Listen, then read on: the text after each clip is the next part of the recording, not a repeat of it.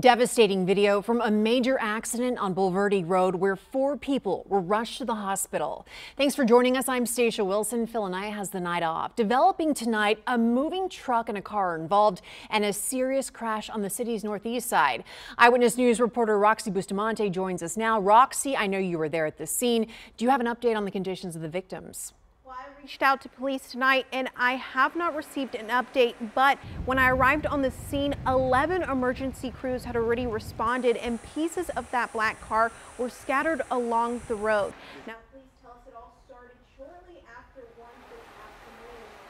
And police say a black car heading north on Bulverde Road was turning left onto Eagle Park when it hit a moving truck.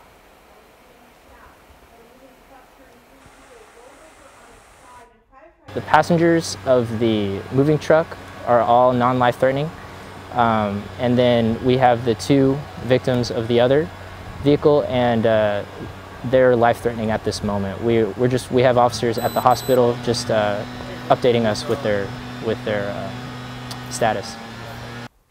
Again, we haven't received an update on those victims' conditions, but the crash shut down a portion of Bulverde Road between Evans Road and TPC Parkway for about 5 hours. It is now open, but it's still unclear if anyone will be facing charges or if speed was a factor in this crash. Roxy Bustamante, KENS 5 Eyewitness News.